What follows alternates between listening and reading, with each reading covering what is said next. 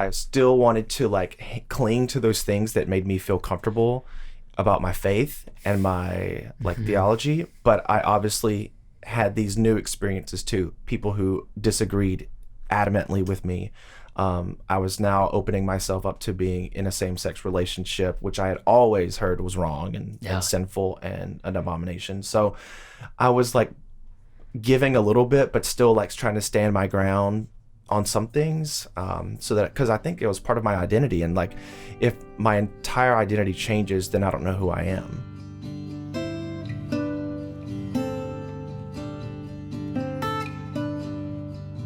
Hello and welcome to Out Loud. Out Loud is a podcast by and for queer people of faith in the South. Here we tell our stories of varied religious upbringings, messy coming outs, and the gift of community with one another. That voice you just heard was Wesley King. Wesley was raised Southern Baptist in Alabama, and now finds himself as the minister of music at Eastwood Christian Disciples of Christ Church here in Nashville. The Disciples of Christ, often known as the DOC, are a denomination that allows individual churches to discern their stance on affirming LGBTQIA+ folks, and Eastwood is just one of two DOC churches in Nashville with an affirming stance. Wesley has his Bachelors of Education in Music from the University of Alabama and is currently attending Lexington Theological Seminary. He's also the incoming artistic director for the local affirming choir, Nashville in Harmony. Wesley identifies as gay with the gender pronouns he, him, his. Our conversation is a journey through Wesley's gradual shift from the strict and literal adherence to scripture growing up to asking questions about everything, particularly when he arrived here in Nashville. As he's been able to be more true to himself and how he identifies, we hear him living into his role as a minister at his church and in his community. If you want to view the transcript or learn more about the resources mentioned in this episode, head on over to OutLoudStories.com while you're listening. While you're there, you'll also see our new partners page. This season, we're proud to be partnering with churches that affirm queer people here in Middle Tennessee. You'll see Eastwood on there, along with this episode's sponsor, West End United Methodist Church. West End's mission is to live the light, the loving light of Christ, so that lives and communities are transformed by God's grace. Everyone is welcome at West End. They gather as the people of God with a wide range of religious backgrounds, education levels, political and theological perspectives, and they value that diversity. They welcome and celebrate the gifts God has given to everyone. Every age, race, gender identity, sexual orientation, economic and family status, ethnicity, and mental and physical ability. When it is healthy for large groups to gather, West End's in-person worship times are on Sundays at 8:45 and 11 a.m. They also have an excellent live stream, which you can find on their website or on Facebook.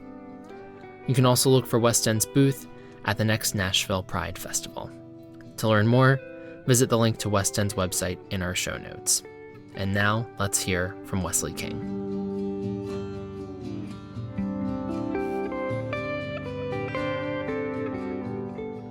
Welcome to the show. Thank you. Thanks for being here. I want to start off just by asking you what your faith was like growing up. Yeah, I grew up in a fundamentalist Southern Baptist church. My dad's father, my grandfather, was a Southern Baptist minister. Until he turned 80, he was working in ministry.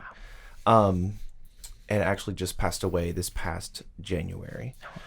So I grew up in a very conservative, fundamentalist kind of faith background.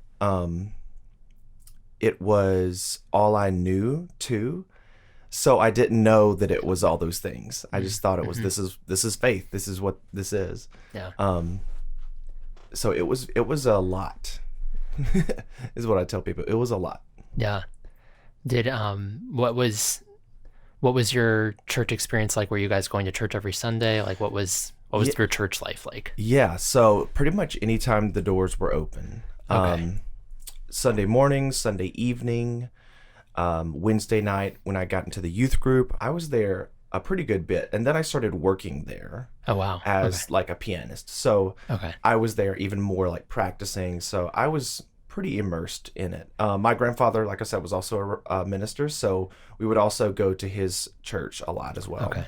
So you didn't attend his church regularly? No. Was he No. another part of town or? Yes. Okay. Yeah. He was like 30, 40 minutes away. So what was, as far as like your family, like who was the one kind of, were you all on board with going to church every Sunday? Was there one of you who kind of led the charge each week or? I think that we all kind of just assumed it was something we did. Yeah. I mean, we'd obviously like grope and grime about like not wanting to go and want to stay home and watch TV or whatever. But for the most part, we knew that this is just what we do on these days of the week. Yeah. Yeah. I think most people, like at least deep down, had this feeling like this is what we're supposed to do, Yeah. even if they didn't want to. Definitely. Yeah. I was raised Roman Catholic, and so I know that deep sense of like obligation, and like there's almost this implicit understanding that like if you don't go to church on Sunday, like you're gonna need to go to confession and like confess this to somebody and explain why you weren't there. Yeah. Well, and in a small town, then everyone knows if you're not at church because they know where your seat is in the pew and you're not there. So it was also, I think, a part of a social thing too that, well, I don't want to explain why we didn't go to church. So we're going. How big was the town you grew up in? I don't know numbers of like population, but we only had a caution light. Oh wow, not So even not one even a stoplight. stoplight. It is now grown to a stoplight. I was just home a couple weeks ago. And we had like a little general store, but that's about it.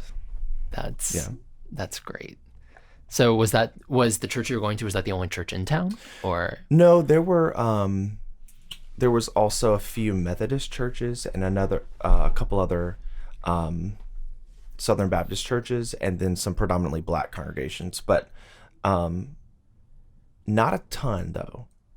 Tell me about your grandfather who was a minister. Like what was his influence on you? So my grandfather was a huge influence on me. He was also a musician, self-taught, and could pick up and figure out whatever he wanted to on any instrument, I feel like. And was just, though I probably would disagree with him on most theological points, he was just such a loving man and always willing to help, always willing to be that person to volunteer. So he really put forth like a servant attitude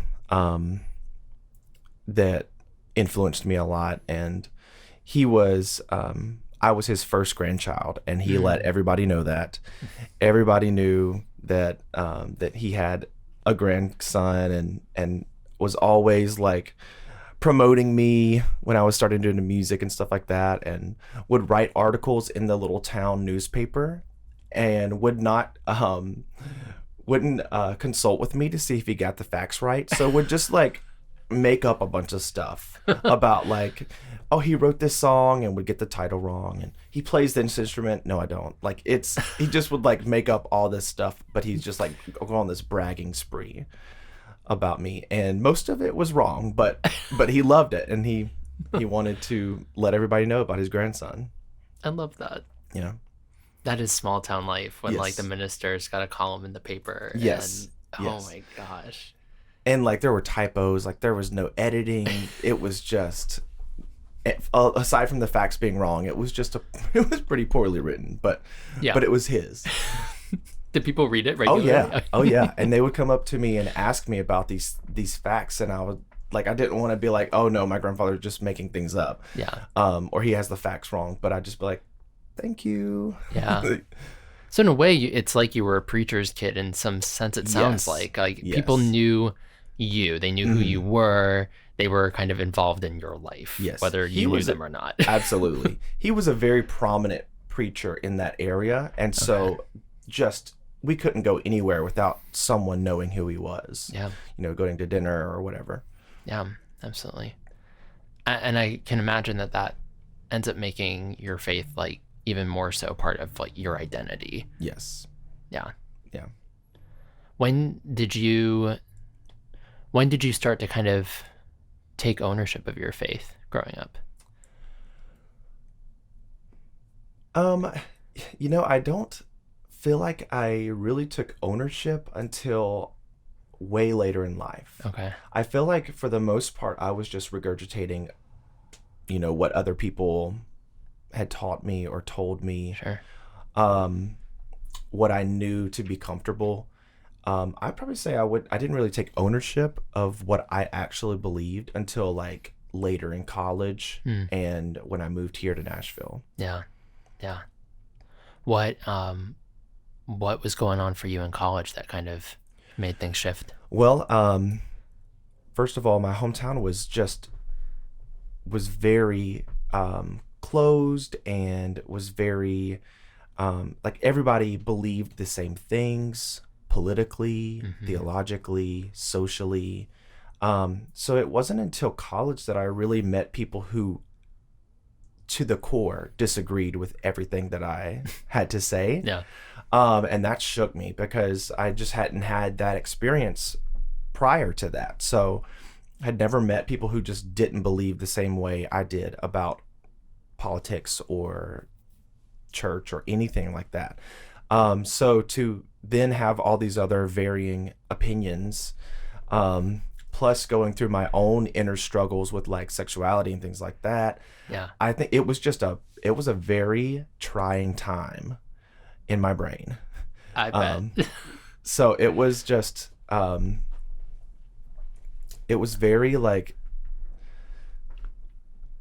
I like loved all my new friends, but at the core, I still kind of like believed that they were wrong about everything. So it was like, I love them. I'm really excited to like start this new chapter of my life with them being part of it, but I didn't know how to, like, I didn't even know how to agree to disagree. Like, we just had a lot of arguments and things like that. And Yeah.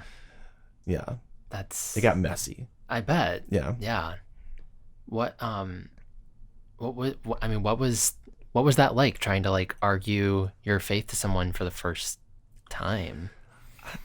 The thing that always sticks out in my mind is, so when I had my first like boyfriend in college, freshman year of college, super closeted, nobody knew. So I'd obviously opened my mind up to at least accept that this could be something I could be a part of. But I remember one time getting in an argument. He was also raised Roman Catholic out of New Orleans. And I remember us arguing about who and who wasn't like going to hell.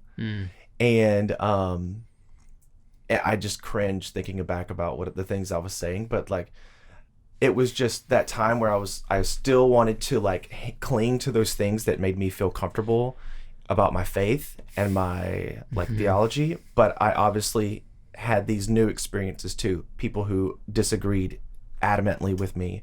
I was now opening myself up to being in a same-sex relationship, which I had always heard was wrong and sinful and an abomination. So I was like giving a little bit, but still like trying to stand my ground on some things, so that, because I think it was part of my identity, and like if my entire identity changes, then I don't know who I am.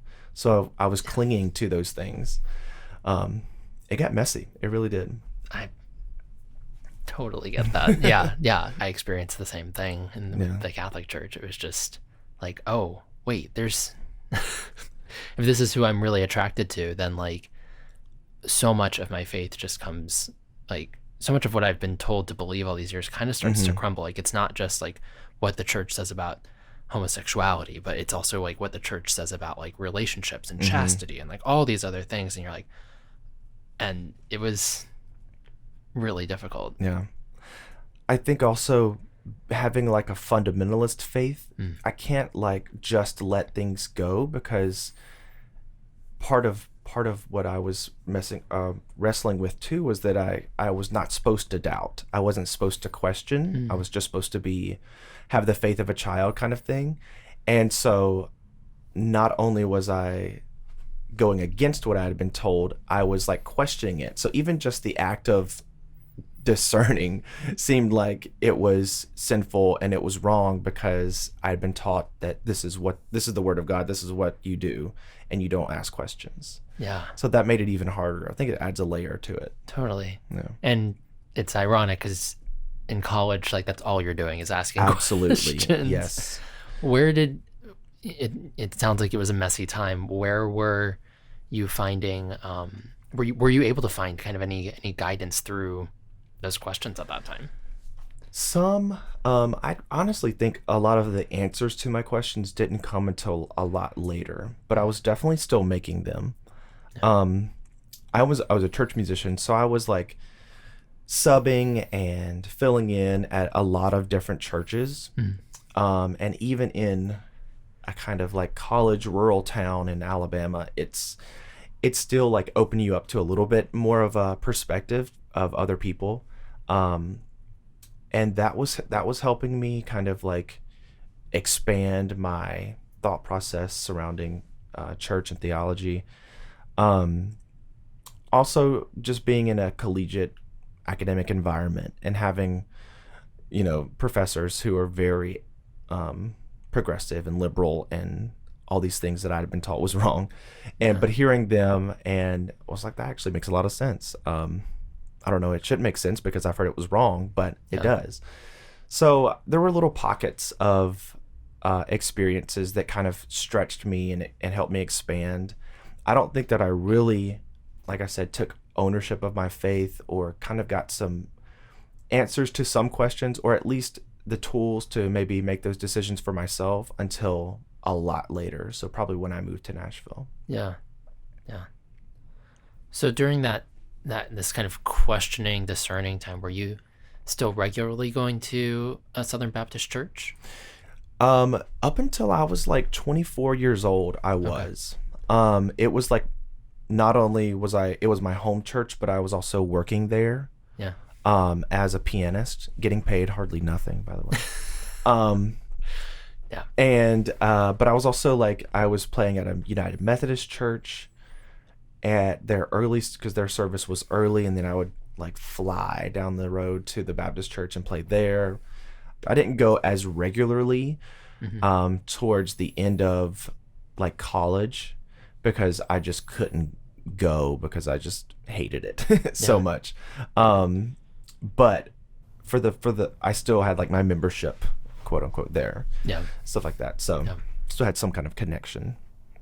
And by the time you were finishing up college, were you more out, or were you still in the closet? I had not come out to my family. I actually didn't come out to my family until 2015. Okay. And so I was out to like my friends, and like people in college knew, even though I kind of went back and forth in and out of the closet. And for the most part, people in college knew, no family knew, no church people knew. Yeah. Because they couldn't, but at that point, I was kind of like toying with being more out and open about it. Yeah. What was it like kind of during that time when you were first coming out to yourself? Like, what questions were you grappling with around then? That was probably around middle school. Oh, wow. Was when I first like kind of started thinking maybe I was different in some capacity. I mean, I feel like it's pretty the typical like Southern queer kid, like praying for God to make you or change you back, or to make you like straight, or at least to like remove these thoughts or feelings that you have about somebody or for somebody. So did a lot of that, and just was like thinking it was something I could control. So I was like, okay, well, maybe I just need to like not act on it. Yeah. I had these like thought processes of like, okay, well, if God's not going to do something about it, I have to do something about it. So that was kind of the thought process when I first started coming out. As I got into college, there were a few openly gay people, or at least assumedly gay people. But for the most part, a lot of people were still very closeted, even though they might have had relationships or had a few people that were really close to them that knew. But for the most part, a lot of people were still very hush-hush about it.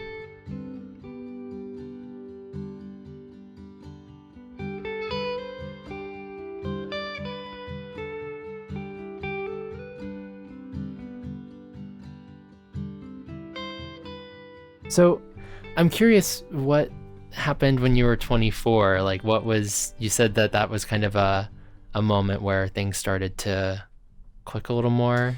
Yeah. What was going on then? Well, I moved to Nashville. Okay. And it was the first time I was really on my own. When I went to college, I really wanted to move away to college, but the University of Alabama is in my hometown. Okay. And they gave me like a full ride. So I was like, I can't just, pass this up. So I went to a college that was only 30 minutes away from my parents' house. So I never got that experience of finding out who I was. I just kind of had to keep the same identity I had grown up with high school, whereas a lot of these other people were able to reinvent themselves or start anew or whatever. So when I moved to Nashville, it was that experience for me. Yeah. Being able to start anew, to kind of reinvent myself, to kind of figure out who I want to be. And I was able to do that. Towards the end of college, I had started the confirmation process in the Episcopal Church, and once I had moved to Nashville, I finished that confirmation process at St. David's. And I met with the priest one-on-one, and I got to ask all of the questions I wanted to. And so I was like, I'm not questioning you. I just genuinely need your perspective, because I don't know what I think or believe.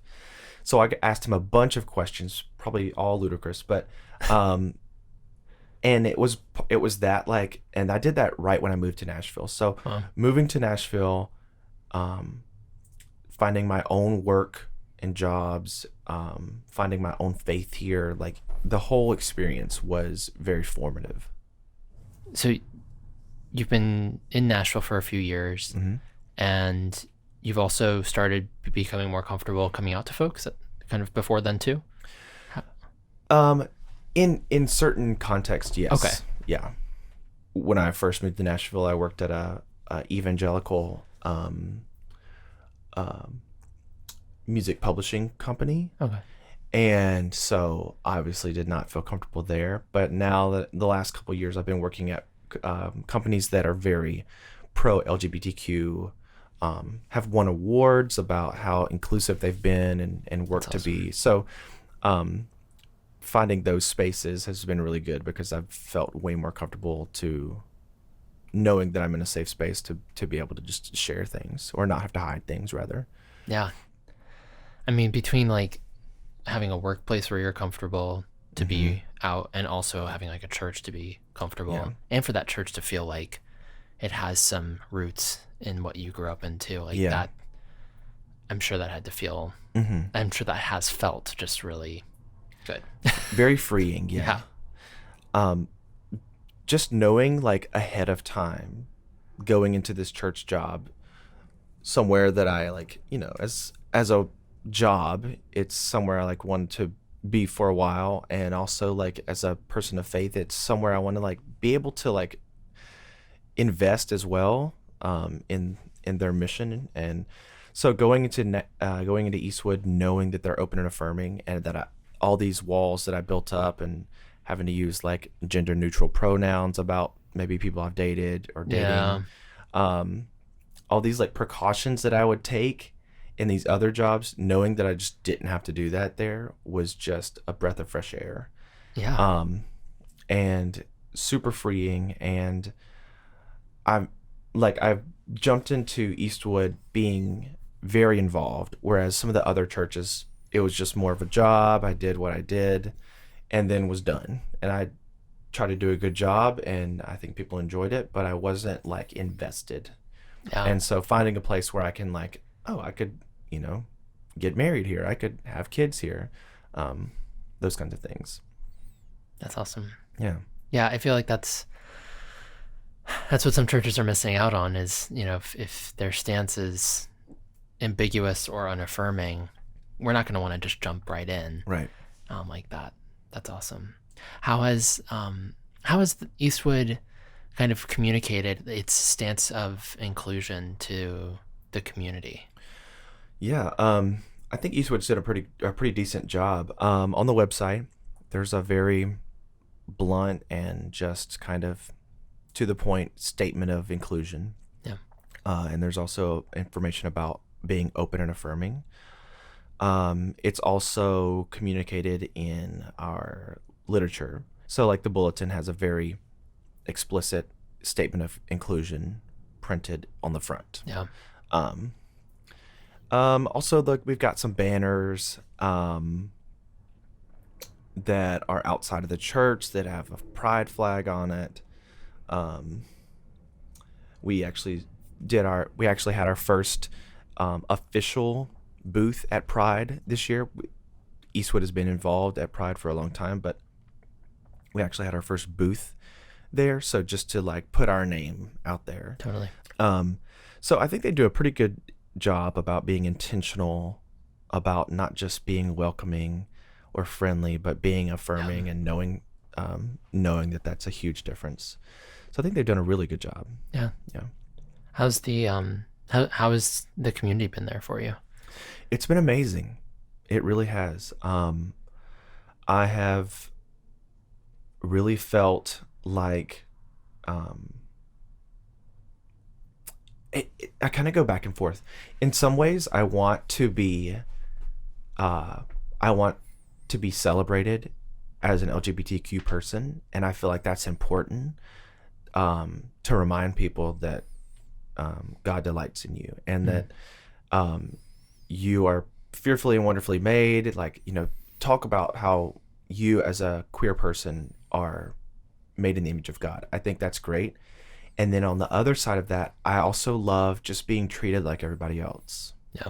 And not made to feel like my relationship is different, treated like everyone else would treat a straight couple or a straight person. Yeah. So like I love both sides of that. And I think that there's importance in both of them.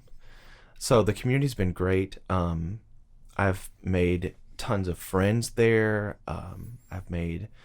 I've had a lot of people who have stepped into some parental type roles with me when I've not been able to do that with my biological parents. And I've had people just like, reach out to be like, hey, y'all should come to dinner. Like things like that. That's great. Those small things that make you feel like any other couple.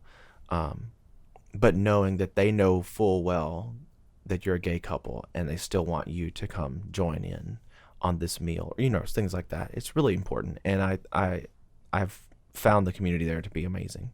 That's awesome. Yeah. That's outstanding. Yeah.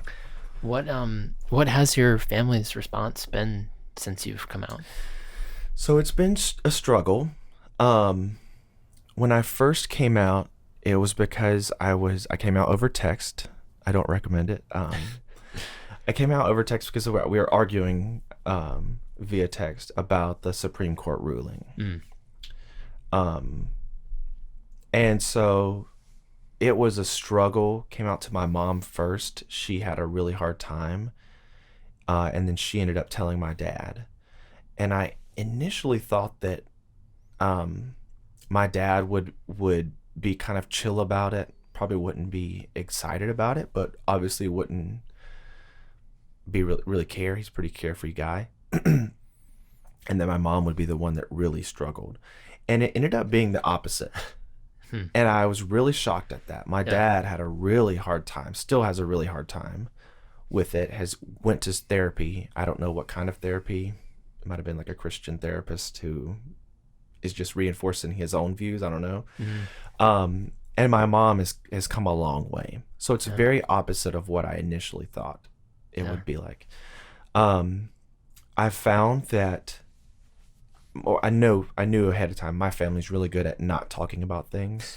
So Sounds like a Southern family. yes, so we'll like I went home last weekend or 2 weekends ago, and now all of my family knows, and it didn't really come up at all, except with my mom. So my mom's made probably the most progress. But I've also found that different stages of this like queer life, they react to differently. So when I first came out, they didn't like it.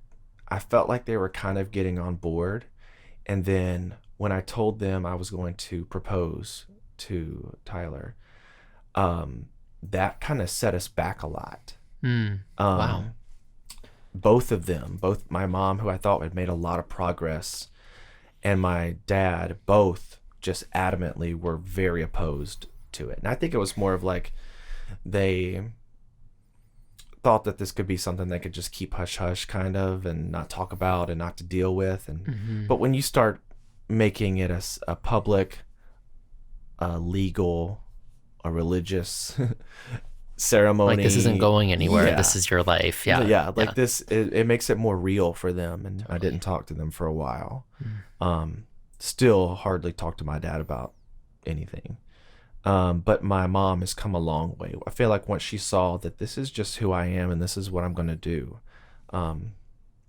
she was like, well, I want to be a part of your life, so I'm going to be there. So she's made significant strides. Yeah. In these last few months. I talked to her on the phone, and she was like, I'm watching this movie about this Mormon girl who came out as a lesbian and her family disowned her. It's terrible. And I was like, this conversation would have never happened, a couple years ago. Yep. And just offering to like help with the wedding. And That's awesome. We just bought a house and actually closed Monday. So like, Congratulations. Let's thank you.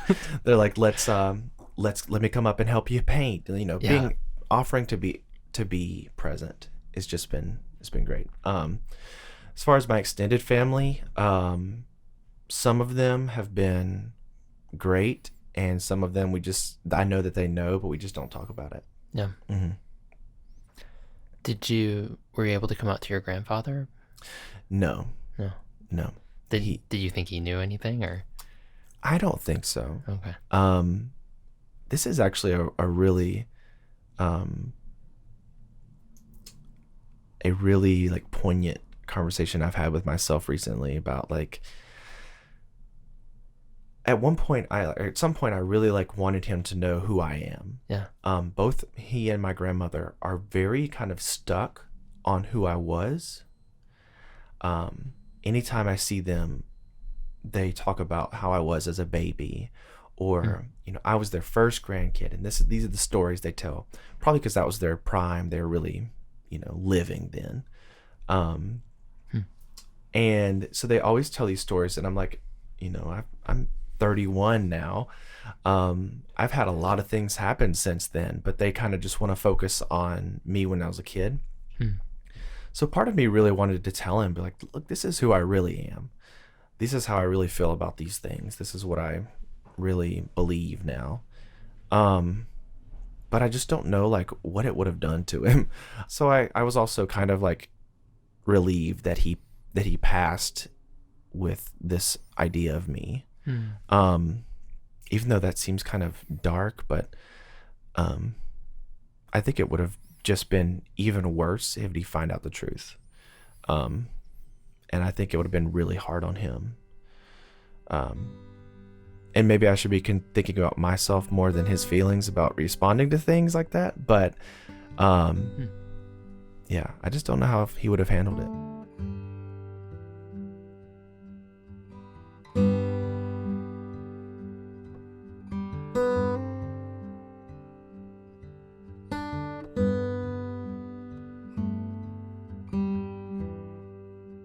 So you talked a bit about, you mentioned a little while ago that you've enrolled in seminary.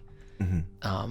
What has that been like so far, and what prompted that decision? Well, first of all, it's been great. Lexington is very progressive and affirming, not on paper, although I wish they would be, but they're all, they are. They're just not on paper. Yeah. Um, and it's been a really great growing or period of growth for me in many ways. So it's been really formative as well. What prompted it is going to Eastwood, just getting really involved, and I was not only I'm the minister of music there, so I'm leading in worship, which has its own like responsibilities of like you're kind of feeding people theology by what you pick to sing and to perform, how you're interpreting the scripture for that day or the sermon. So I mean, the kind of music that I maybe would have picked in the past changed because of my theology changing. And so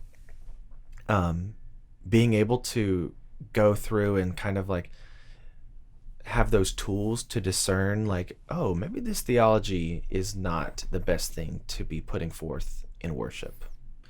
Or maybe this doesn't really align with our views here at Eastwood. So having the tools to do that was part of what prompted.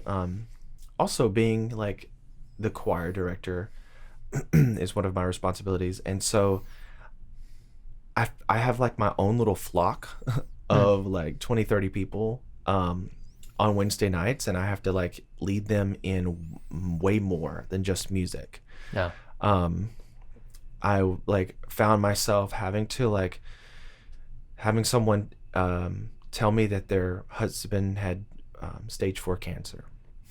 And so how do I respond to them? How do I lead them in a prayer that is authentic and honest and not just like Christianisms of things that'll make them feel better?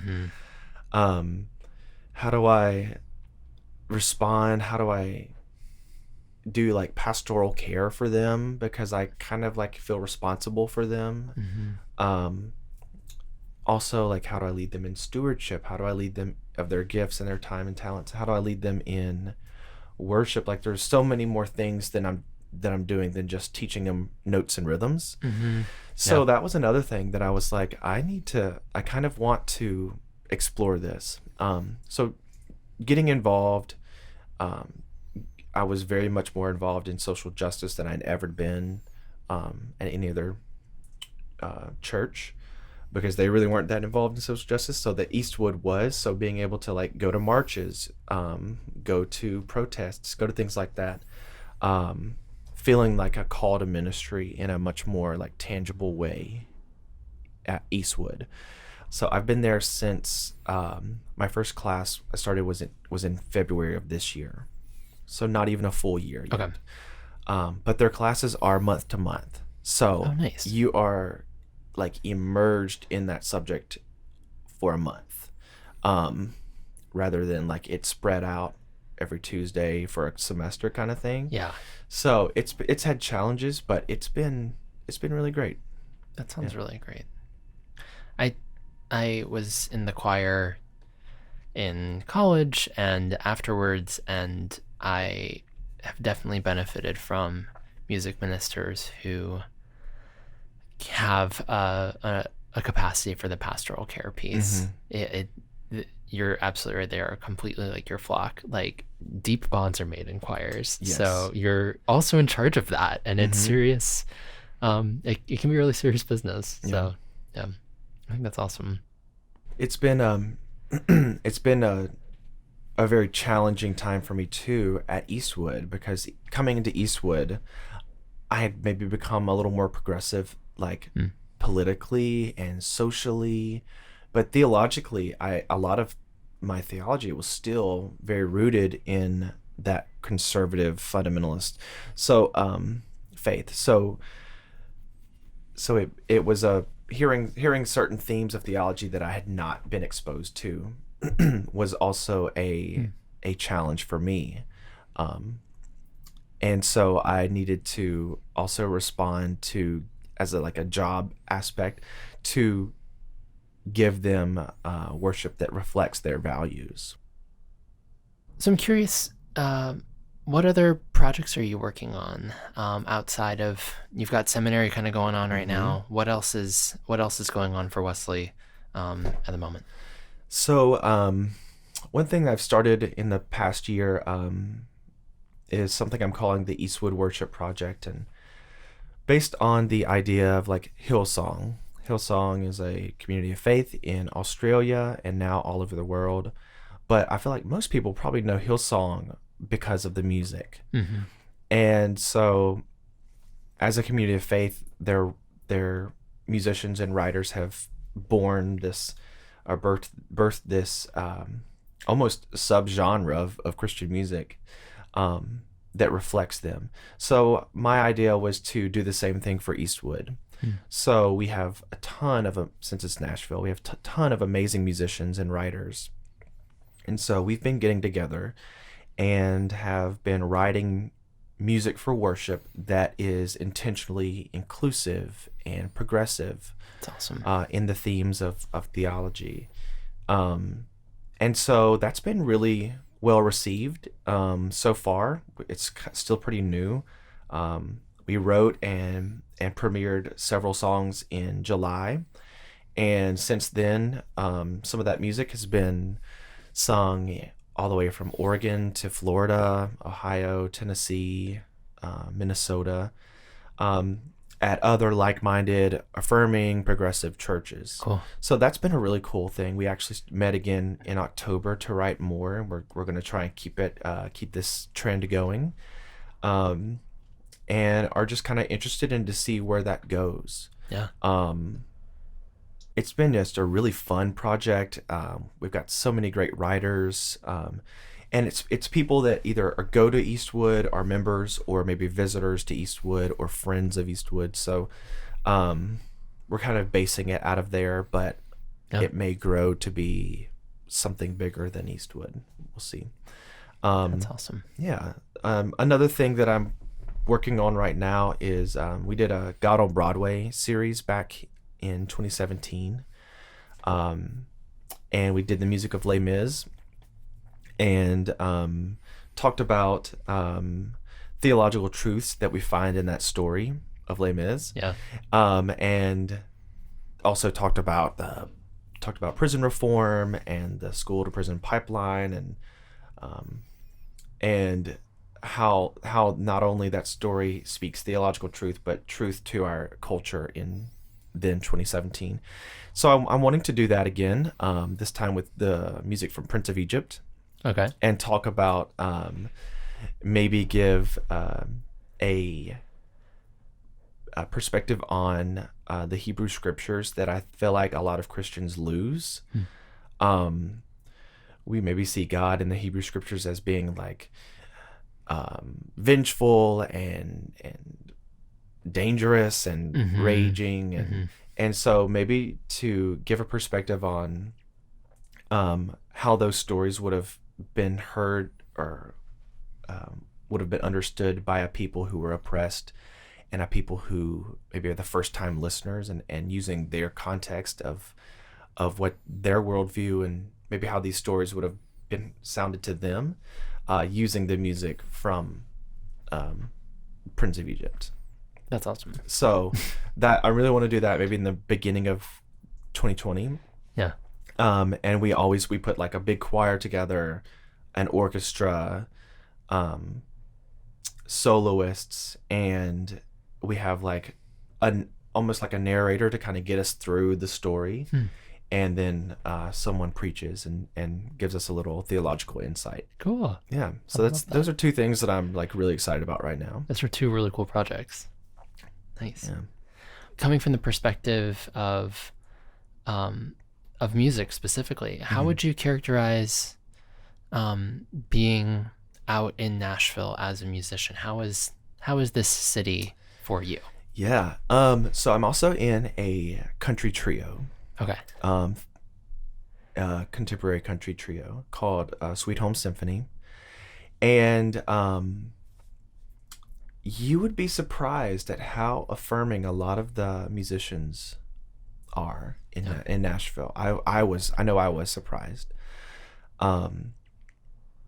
And as someone from Alabama who absolutely adores country music, Yeah.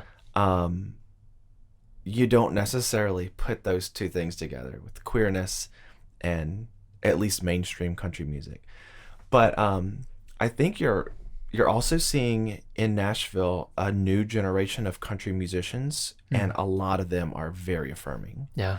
And not just to their their secret gay friends, but like on social media, letting people know that they are affirming by showing, posting pictures at the Pride Parade or on the day, coming out day, like, Yeah. celebrating that with all of my queer friends. And so it's been really not what I expected. Granted, you can't, it's not always like that, but for the most part, I've been very pleasantly surprised at how affirming the music industry is here.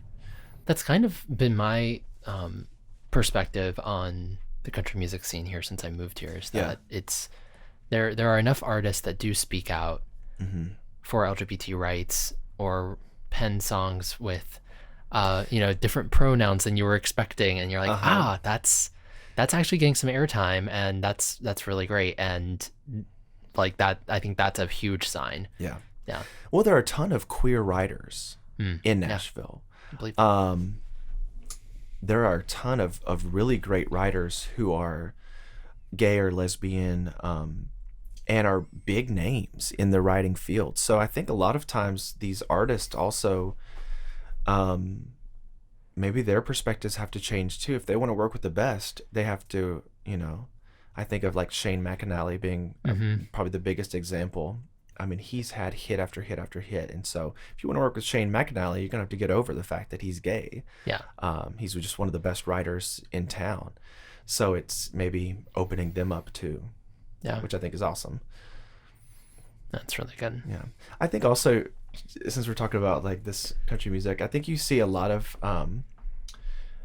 of country artists putting out like subtle messages about inclusion.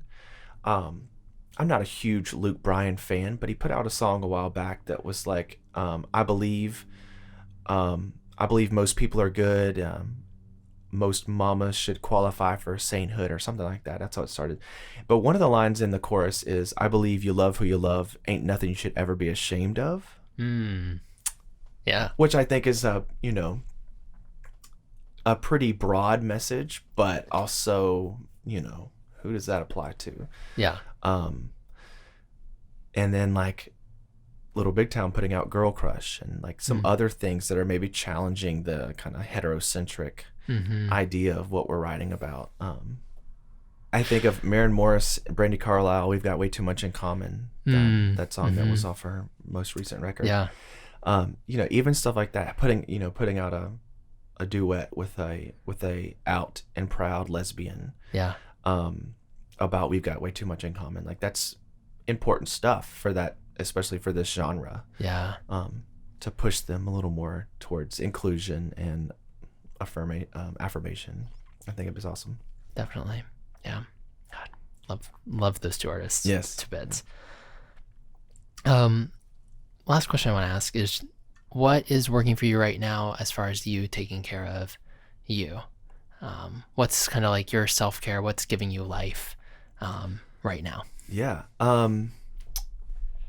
Well, not necessarily right now because I'm packing up a house, but I've gotten into fitness in the last couple of years, and working out is really something that I like to kind of get in the zone and do, and it makes me feel better about myself. It makes me feel more energetic. So fitness. I also just love silence. A lot of people get in the car and turn on the radio. I just like ride in silence because I have so much music going on the rest of my life. Yeah, I'm like, totally. I just love some time to just like sit and think, and I don't really speak, or maybe I have a conversation with myself. But I love that alone time, and I like take it very seriously. I also take naps very seriously. On Sunday afternoons after 2 services at church, and I bet. Yeah. and probably like when you have like a young adult lunch time that we all go to lunch, I take a good 2 2 to 3 hour nap. Good for you. And I take it very serious, very, very religious in my nap taking. Yeah. So, yeah. So I'd say fitness and alone time and naps are working for me right now. Those are good things to fit into your schedule. I totally resonate with that. Yeah. That's awesome. Well, is there anything else that you want to share before we wrap up? I don't think so. I've just been really excited about this journey I've been on. It's been a hard one, but I just think about where I was and where I am now, and it's just vastly different. Yeah. And as crazy as it sounds, as how different it is, I'm so glad that I'm not in the same spot. Yeah. So just lean into the journey. Yeah. Well, thanks for doing that. Thanks for being who you are, for living into that, and thanks for being on the show. Thank you. Appreciate it.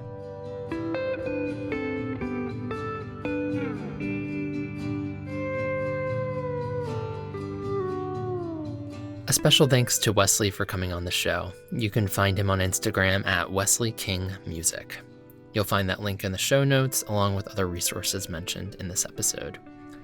I'm your host, Greg Thompson. Our editor is Carrie Ad Harmon, and our theme music is by J.P. Ruggieri. We recorded this episode here in Nashville, Tennessee at the We Own This Town studio. And a special thanks this week to Patreon members Sharon Kubinik, Caroline Ballard, Forrest Edens, and Kelly Hausk for their support. Remember, you can become a member and get access to exclusive digital content and merchandise starting at just $1 a month. Learn more at patreon.com/outloudstories. You can also leave us a one-time donation over on Venmo at OutLoudStories. And if you haven't already, please be sure to leave us a rating or a review on Apple Podcasts or wherever you get your podcasts. While you're there, hit that subscribe button so you get the latest episodes right when they drop. For more updates, you can find us on social media at OutLoudStories, and you can sign up for our email newsletter on our website at OutLoudStories.com. We'll be back in 2 weeks with a new episode. In the meantime, remember, friends, queer people have faith lives too. Don't let anyone tell you otherwise. Thanks for listening.